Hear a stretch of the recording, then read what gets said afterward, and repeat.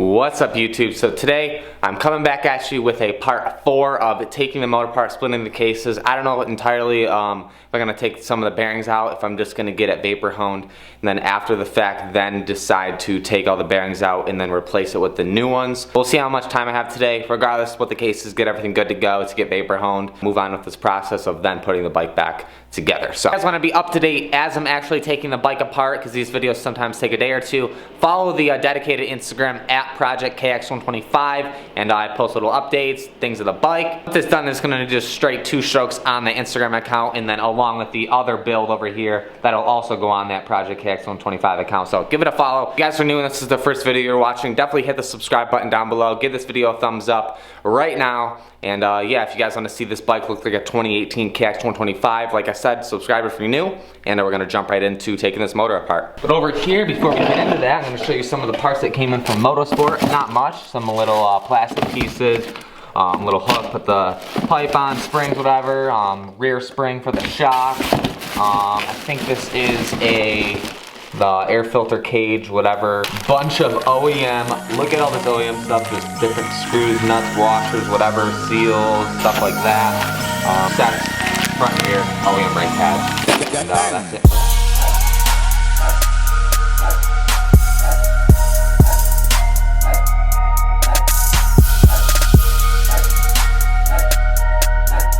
Saw a few comments saying that it's threaded. The linkage is not threaded. It's people that thought it was and are gonna go comment that down below, but it's not threaded. And I got some more heat, try to pound it out. Only made a little bit of progress. It came out a tad. I can't really get a lot of leverage on it. I had this nut on there threaded on, and I was using this other piece to to hammer it.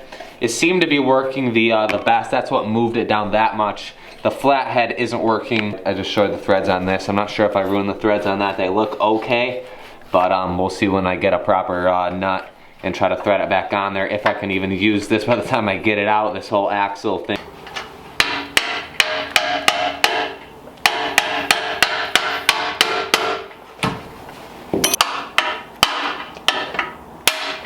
Woo! It's hot, but finally got this out. And that right there is how you know these things were shot. So that has been junk for a while. Those have been so rusted.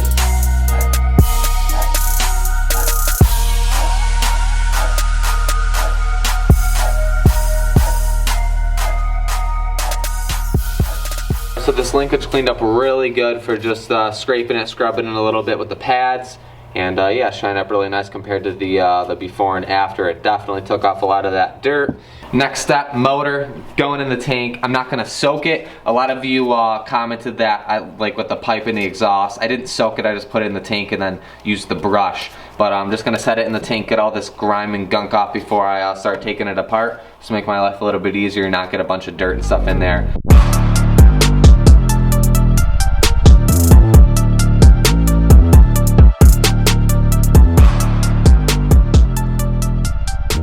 So having it in the parts washer, as you guys just saw, I kind of got some of the stuff off. I was only concerned with all this gunk and crap that was in here, so got all majority of the dirt off. Now I can start tearing this thing apart and get on with the whole motor. Mark picked up a case splitter last night from him along with the flywheel puller.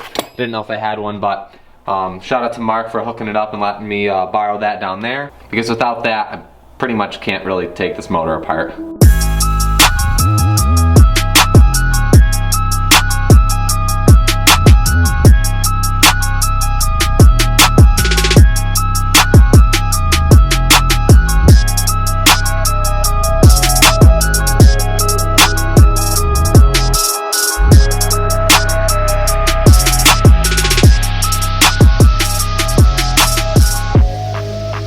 So I got the cylinder off. Taking the cylinder off was pretty straightforward. Just loosen up the 4 nuts on each side and pretty much hit it with a little mallet, loosen it up a little bit, and then it should just wiggle off. Gonna get the top end taken out and then move on to the ignition cover over here, get the flywheel pulled off, and then get on with splitting the cases here. There's a lot more to it, but that's a simple way of saying it.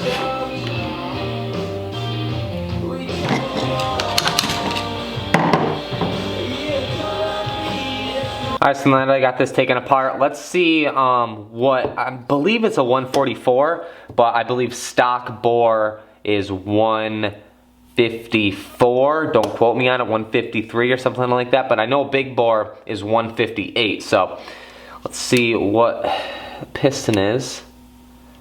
Yeah, mistaken, this is a 144 big bore, so that way now I know what size piston I need. To be exact, I set it right at 58. So if you slide it on the piston here, I believe it's not supposed to have any force, it's supposed to just slide over. So as you can see, slides right over for 58, just to be exact for the people out there that are gonna say something. So it is indeed a 144.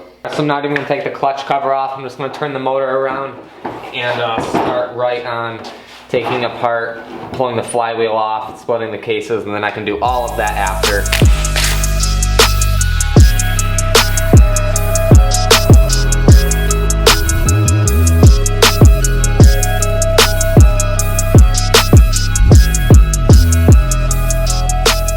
Okay, so as far as this flywheel puller, it actually already cracked off. I didn't think it was gonna be that easy, but ow. Ryan. So basically what I did to get some leverage on that, because that's kind of hard to like push with your hand to get like a pipe, and I just slipped it on the end and I had so much leverage on there, cracked it a little bit, came loose, and now the flywheel should just pull right out, as you can see, and that's all there is to it. Make sure you have the right tip screwdriver for taking these out. You do not want to strip these. Okay, a little tip for taking these out. If you can't get enough like leverage using just a screwdriver and turning it, what you can do, get one of these, get it on, clamp it on, and then now you're gonna have some more like turning leverage to actually get those screws out and kind of push down and turn it at the same time. Vice grips definitely will make your life a ton easier.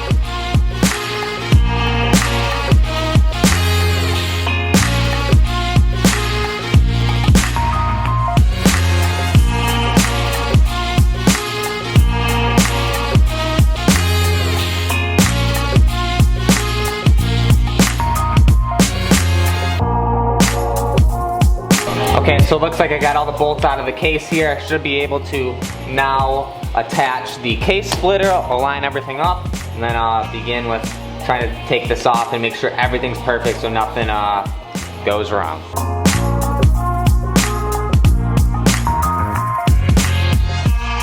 You want to make sure it's pretty even underneath of the cases, like that one's the same as that, and this one's the same as that all around it, so it's pulling it straight up, not on an angle.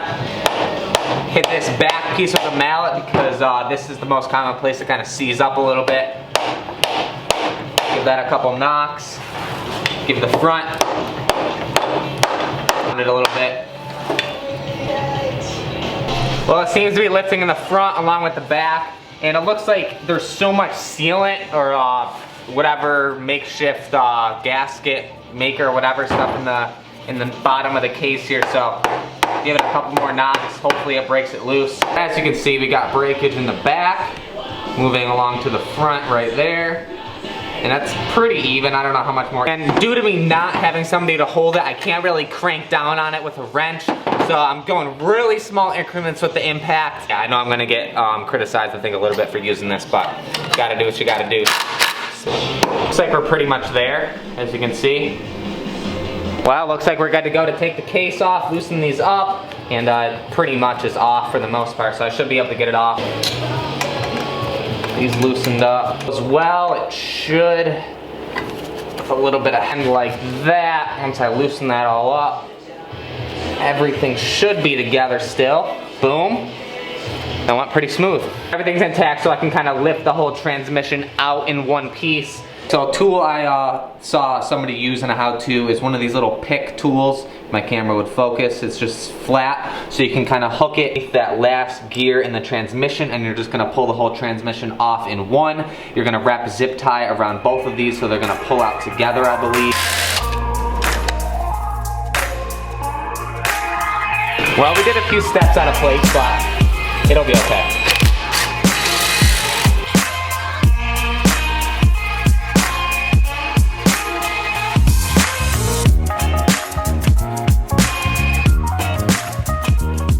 to take this in mind that I watched one 20-minute YouTube video on how to take a bottom end apart, and that's what I based it off of. So I'm kind of winging it. It'll all get taken apart, it'll all work out, but it might not be the proper way. And I'm sure a lot of you mechanics out there, whoever watching, is cringing, but it's gonna work out, it's gonna be okay.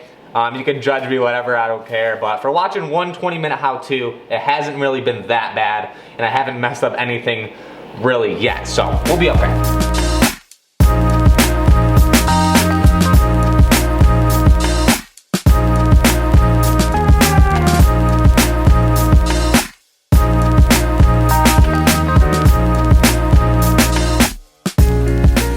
Definitely should have done this side first, now thinking about it in the scheme of things when you're properly supposed to take a motor apart. But so you got a zip tie around the middle of the transmission. I had one on the top before so nothing would slide off when I was working on the other side, so you don't really need that, but you're gonna use your little pick, get it under the last gear in here. Not gonna be able to see it, but and you should be able to lift both of these out together.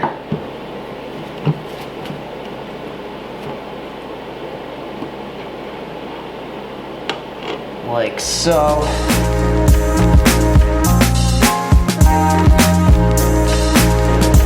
Same thing with this, I'm probably gonna have to use the impact to get this off.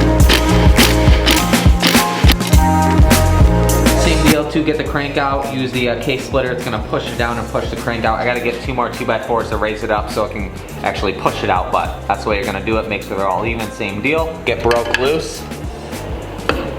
It's coming out.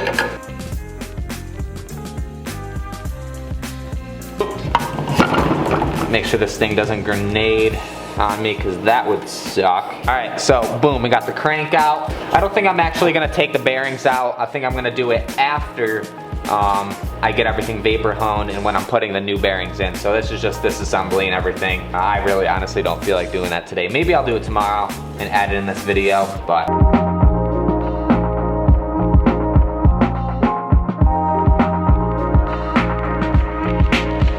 And like that, my camera's soaked in oil and everything is all split, good to go. Everything's pretty organized for the most part. These little clips, why is you see that flash? Or the camera's glitching out, but anyways, this did come apart when I was pulling it apart. I wish it didn't because that's gonna be a pain to realign with that spring in there, but we'll figure it out. You know, transmission's good to ready to be slipped back in. And yeah, other than that, everything's laid out pretty neat for the most part. And yeah, now I gotta clean up all my tools in the mess right here. I'm gonna leave the clutch in the basket over there. I got those other cases on the floor over there because I don't really have room for them right now. And for an amateur mechanic watching a 20-minute YouTube how-to, if I can do it, you can do it. Watch a couple YouTube how-tos, get a couple different opinions on things, and you can pretty much take your dirt bike apart to pretty much nothing if you want to. So, like I said, if I can do it, anybody can do it. And it wasn't too difficult. But it definitely would have been a lot easier if I had somebody here to guide me through it that knew what they were doing so I can kind of understand what I'm actually doing and learn from it. The only way you're going to learn is to try to do it, and I've pretty much done that, and now I kind of know what I'm doing, and the more you do, the more you get better at it, but I don't see myself doing this too often. It's good that I did it myself, and I'm kind of proud that I didn't need anybody's help necessarily to take it apart. Now the next step is getting it back together. Like I said, I'm gonna have somebody help me put it back together, the motor, so everything's like proper in the way it's supposed to be, because taking it apart is way different than putting it back together. Okay, finally got everything laid out like it's gonna be. These are gonna get taken away anyway. I'm gonna put everything in boxes that I'm getting vapor honed, which is pretty much 99% of everything is gonna get vapor honed. Even all the plastic parts, every little thing is pretty much gonna look brand new. So I'm stoked, and should come out sick. Assuming maybe another 3 weeks or so before it totally gets back together, or 2 weeks. There's gonna be a pause where there's not gonna be any build series videos due to the fact of the waiting time for these getting vapor honed and powder coat and stuff like that. I want to show you guys I finally got the new air heater mounted up on the wall up there. That little heater heats up this space perfect. You don't need anything bigger. It's supposed to do 750 square feet, and that way you don't have to use the propane heater over there, and then you gotta have a cracked window and you might get lightheaded, blah blah blah. So New Air hooked it up with a heater. If you want to check that out and get this heater for your garage, for your little workspace, 15% off, I believe. You can get that heater. I'll leave the link down below in the description. Definitely check it out. It's a really nice compact heater. It doesn't look like it puts out a lot, but it definitely works a lot better than you would think for its size. Easy mounting, comes with all the hardware you need, and 15% off. Check it out, links down below. So you can mount it in 3 different options. I decided to mount it on the wall like that. You can mount it reverse, or you can mount it straight up from the ceiling, but for my garage, I decided to do it like that. If you're working in your garage in the winter, you definitely want one of these new air heaters. You can move all these fins to adjust the way the heat's pushed out. So I have it facing down since it's on the ceiling, so it's like directly on me, but for the most part you can change it whatever way you want. And yeah, but I think I'm gonna wrap the video up here. If you guys enjoyed it, like I said, and you're new and you wanna see this bike build continue, definitely hit the subscribe button down below. Give this video a thumbs up if you enjoyed the build series. If you haven't seen the previous build series videos, they're all in a playlist on my channel, so you can watch part 1 through 5 as of part 5, or if you're watching this at a later date, you can watch the whole build series in line on my channel, so definitely check that out. And yeah, off of that, I'll see you guys in the next one.